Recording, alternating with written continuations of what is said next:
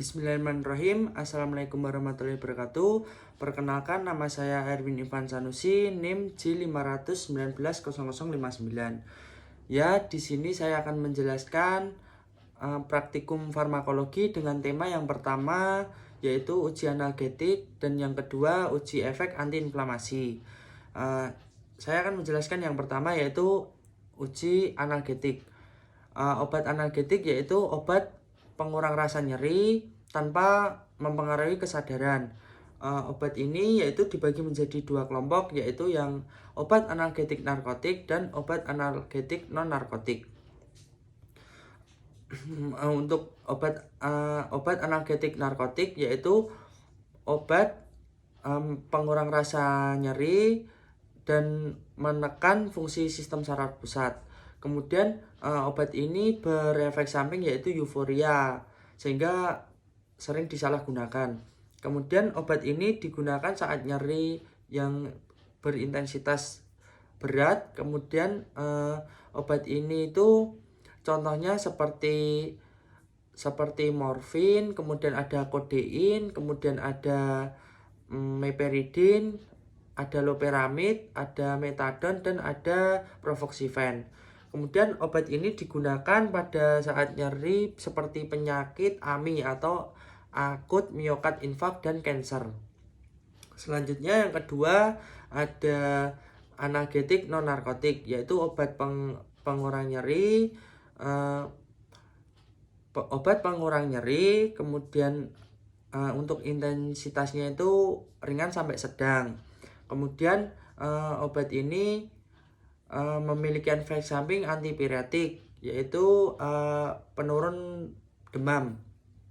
Selanjutnya untuk obat ini sendiri cara kerjanya menghambat enzim sikloksigenase, dan obat ini dibagi menjadi dua kelompok lagi. Yang pertama analgetik antipiretik, yaitu contohnya seperti acetaminophen dan metampiron. Kemudian yang kedua ada AINS atau antiinflamasi non-steroid, contohnya seperti asamefenamat dan piroxicam. Selanjutnya saya akan menjelaskan tentang uji efek antiinflamasi. Respon inflamasi terdapat 3 fase. Yang pertama fase akut, ditandai dengan vasodilatasi lokal dan permeabilitas kapiler. Kemudian yang kedua ada fase lambat atau fase subakut, ditandai dengan infiltrasi sel leukosit dan fagosit. Kemudian yang ketiga ada fase proliferatif. Kronik, yaitu terjadi degenerasi dan fibrosis, ditandai dengan adanya kalor, tumor, kemudian ada dolor, rubor, dan fungsiolesa. Selanjutnya mediator inflamasi dan efeknya itu ada dua, yaitu pembebasan dan pembentukan. Untuk pembebasan sendiri terdapat histamin dan serotonin. Untuk histamin sendiri menyebabkan permeabilitas, untuk serotonin yaitu menyebabkan vasodilatasi dan permeabilitas. Selanjutnya untuk pembentukan yaitu ada prostaglandin, bradikinin, dan leukotrin. Untuk prostaglandin sendiri yaitu permeabilitas, vasodilatasi, dan nyeri.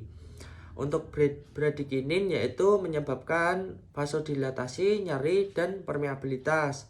Kemudian untuk leukotrin yaitu cuma permeabilitas dan vasodilatasi. Selanjutnya untuk nyeri sendiri adalah sensasi sensorik dan emosional terkait dengan kerusakan jaringan. Untuk etiologi nyeri yaitu fisiologi, yang pertama fisiologi, yang kedua inflamasi, yang ketiga neurogenik, dan yang terakhir psikogenik. Kemudian untuk klasifikasi nyeri yaitu ada akut dan kronik. Untuk patofisiologi nyeri yaitu yang pertama ada injuri atau jejas, kemudian ada transduksi, transmisi, modulasi, dan presepsi.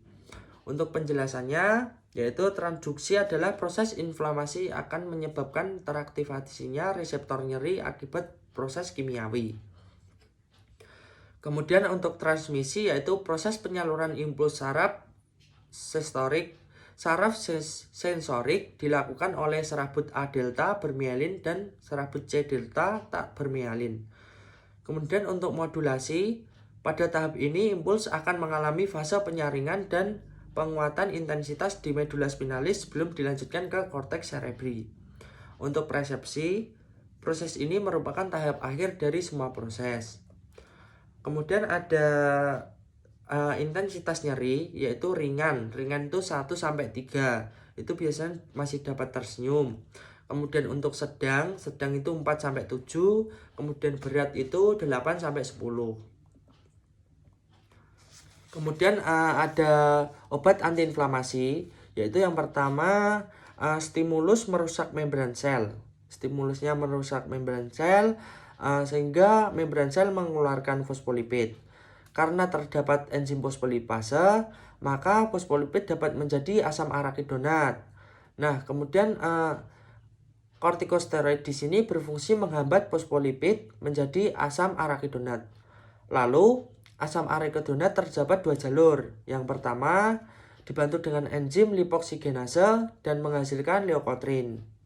Kemudian yang jalur kedua dibantu dengan COX-1 dan COX-2.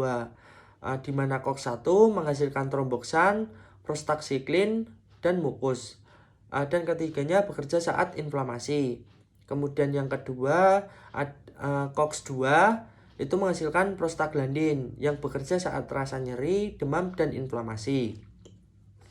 Kemudian untuk NSAID sendiri yaitu atau obat inflamasi non-steroid, yaitu ada selektif sendiri ada COX-2, kemudian non-selektif terdapat COX-1 dan 2, kemudian yang terakhir ada preferensial dominan di COX-2. Untuk contoh obatnya sendiri, non-selektif COX-1 dan 2 ada aspirin, indometasin, piroxicam, ibuprofen, dan asamefenamat. Kemudian untuk COX-2 preferensial, yaitu contoh obatnya ada meloxicam, nabumeton, dan etodolac. Kemudian untuk COX-2 selektif, gen 1 ada celecoxib dan eterocoxib. Kemudian yang gen 2 contohnya ada lumiracoxib. Ya mungkin sedikit penjelasan dari saya. Apabila ada kesalahan atau kurang lengkap mohon dimaafkan. Terima kasih. Wassalamualaikum warahmatullahi wabarakatuh.